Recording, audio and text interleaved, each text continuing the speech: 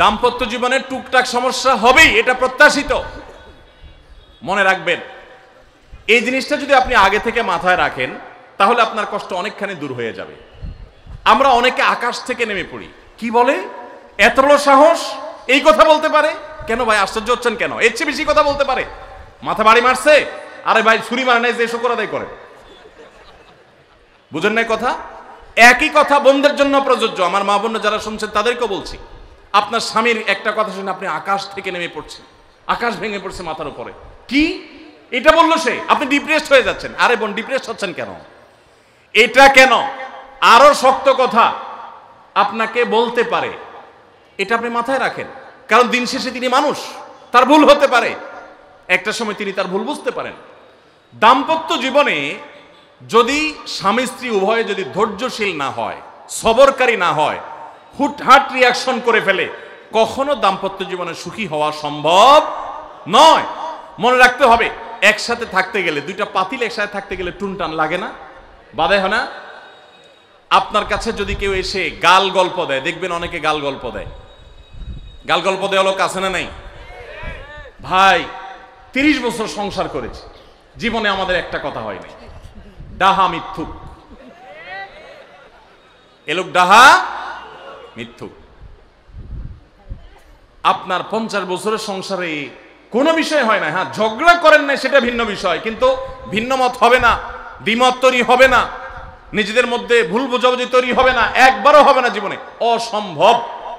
মুহাম্মদ সাল্লাল্লাহু আলাইহি সাল্লামের ঘরে যদি হয়ে থাকে, আলী রাদিয়াল্লাহু তাআলা ফ্যামিলিতে যদি হয়ে থাকে, সাহাবীদের ঘরে ঘরে যদি হয়ে থাকে, আপনি কে?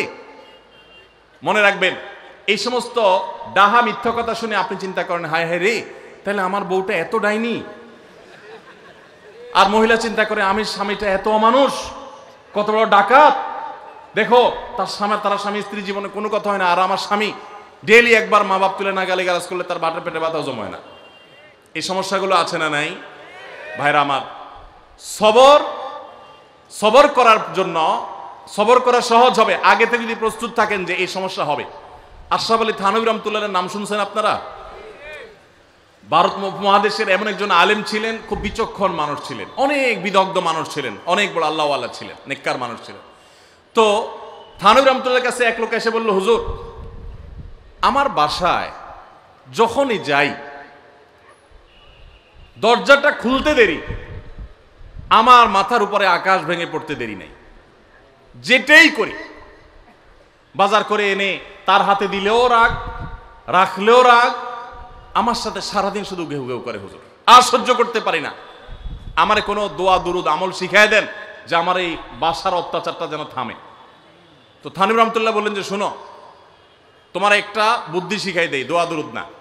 বুদ্ধি হলো, এখন থেকে বাসায় গিয়ে দরজা নক করবা, যে নক করার আগে 1 মিনিটের মোরাকাবা করবা। কি করবা? মোরাকাবা বুঝেন? ধ্যান, ধ্যান, কল্পনার জগতে ডুবে যাবা 1 মিনিটের জন্য, জাস্ট 60 সেকেন্ড। কি ধ্যান করবা? দরজা যায় থামবা, থেমে চোখ বন্ধ করে মাথাটা নিচু করে চিন্তা করবা, আমার ঘরের ভিতরে একটা কুকুর আছে, আর কুকুর মানুষ দেখলে কি করবে? ঘেউ ঘেউ করবে। অতএব এটাতে আমার রাগ হওয়ার তো কিছু নাই, কুকুর কেন ঘেউ ঘেউ করছে এটা জিজ্ঞেস করার তার এক বোকামি। অতএব এটা আমি মাথায় কিছু নেব না, ইগনোর করব।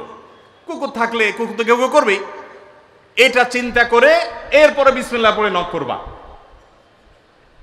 তো এই বুদ্ধি অনুযায়ী পরের দিন আসছে বাসা, আগে 1 মিনিট মোরাকাবা করছে, এরপরে দরজা নক করছে।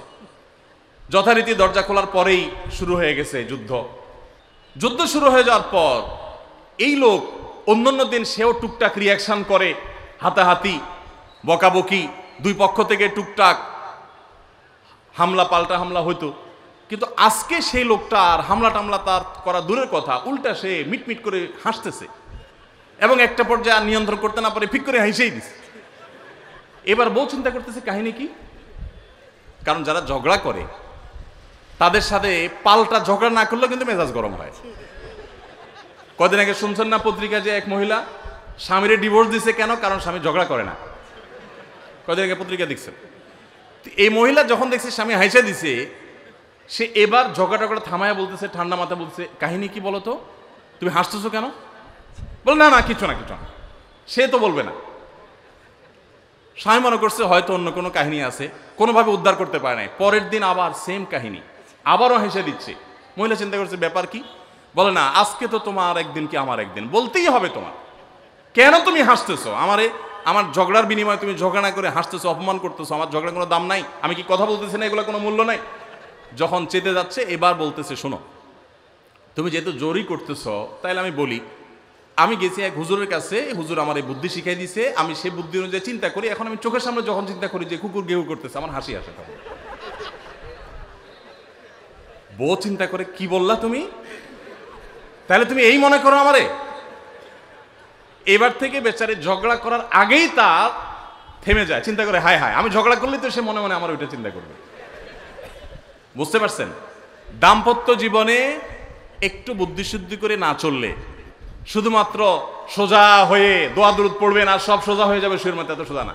একটু বুদ্ধিশুদ্ধি খাটায় চলতে হয় এবং সবর করতে হয়। এই যে ভদ্রলোক যদি সবর না করতেন, তাহলে মারামারি কাটাকাটি করে কখনো সমাধান হয় না। স্বামী স্ত্রী উভয়কেই আমরা এই যে ঘটনা বলেছি, এই ঘটনার মাধ্যমে কাউকে ছোট করার উদ্দেশ্য না, জাস্ট বোঝানোর উদ্দেশ্য। এটা বিপরীত দিক থেকেও হতে পারে যে আমরা সবর করতে হবে দাম্পত্য জীবনে। তাহলে আগে থেকে যদি এই ঘটনা বলার উদ্দেশ্য হলো যে এই ভদ্রলোক আগে থেকে যখন অপেক্ষা করছেন যে হ্যাঁ অনাকাঙ্ক্ষিত কিছু হতেই পারে, তখন এটার জন্য প্রস্তুত থাকার কারণে আর তার ঝামেলা বাড়ে নাই, বরং কমছে। এখন আপনি যদি আগে থেকে প্রস্তুত থাকেন, দাম্পত্য জীবন টুকটাক সমস্যা হবেই। দুই ঘরে দুইজন মানুষ একসাথ হয়েছি, বহু কিছুতে গরমিল হবে। অতএব আমরা সবর করব, ধৈর্য ধারণ করব, ভালো দিনগুলো দেখব। প্রিয় নবী সাল্লাল্লাহু আলাইহি সাল্লাম বলেছেন, তুমি তোমার স্ত্রীর কোনো কিছু দেখে যদি রাগান্বিত হও, তুমি তোমার স্বামীর কিছু দেখে যদি মেজাজ গরম হয়, তো মনে রাখবা তার অনেক গুণ আছে যেটা দেখলে তোমার ভালো লাগা কাজ করবে। কারণ একটা মানুষ এমন নাই পৃথিবীতে যার সব গুণ খারাপ, একটা গুণও ভালো নাই। একজন আস্ত ডাকাতও যদি হয়, আস্ত পাপিষ্ট মানুষও যদি হয়, খারাপ মানুষও যদি হয়, তার ভিতরও কোনো না কোনো ভালো গুণ অবশ্যই আছে। তোমার স্ত্রী, তোমার স্বামীর মধ্যে কোনো না কোনো ভালো গুণ আছে। তুমি সেই গুণটা খুঁজে বের করো এবং সেটাকে কল্পনা করো, তাহলে তোমার মধ্যে তৃপ্তি আসবে, সমৃদ্ধি আসবে, ভালো লাগা কাজ করবে। এজন্য ভাইরা, দাম্পত্য জীবনের সুখ শান্তির জন্য সবর এবং শকর। শকর হলো যে যা পেয়েছি আলহামদুলিল্লাহ, এর চাইতে যদি খারাপ কিছু হতো, এর চাইতে যদি মন্দ কিছু হতো। অনেক বোনরা আমাদের কাছে আসেন, আমরা তাদেরকে বলি, দেখুন আপনার স্বামীটা হয়তো অমানুষ, সে আপনাকে গালিগালাজ করে কিন্তু চরিত্রহীন না। অনেকের স্বামীটা খুব ভদ্র কিন্তু চরিত্রহীন, ব্যবহার ভালো করে চরিত্রহীন, তাদের কষ্ট আপনার চাইতে কম না। অনেকের স্বামী খুব ভদ্র কিন্তু বেকার, 2 পয়সা কামাই করতে পারে না, সারাদিন ঘরে বসে বসে খায় আর শ্বশুরবাড়ি থেকে যৌতুক এনে আয়না খায়, নিশ্চয় আপনি তার চাইতে ভালো আছেন। মানুষ এভাবে যখন ভালো দিকগুলো চিন্তা করবে, তখন তার ভিতরে শকর আসবে। তাহলে দাম্পত্য জীবনে সুখ শান্তির জন্য তৃতীয় করণীয় হলো সবর এবং শকরের চর্চা করা। আল্লাহ আমাদের সবাইকে তৌফিক দান করুন।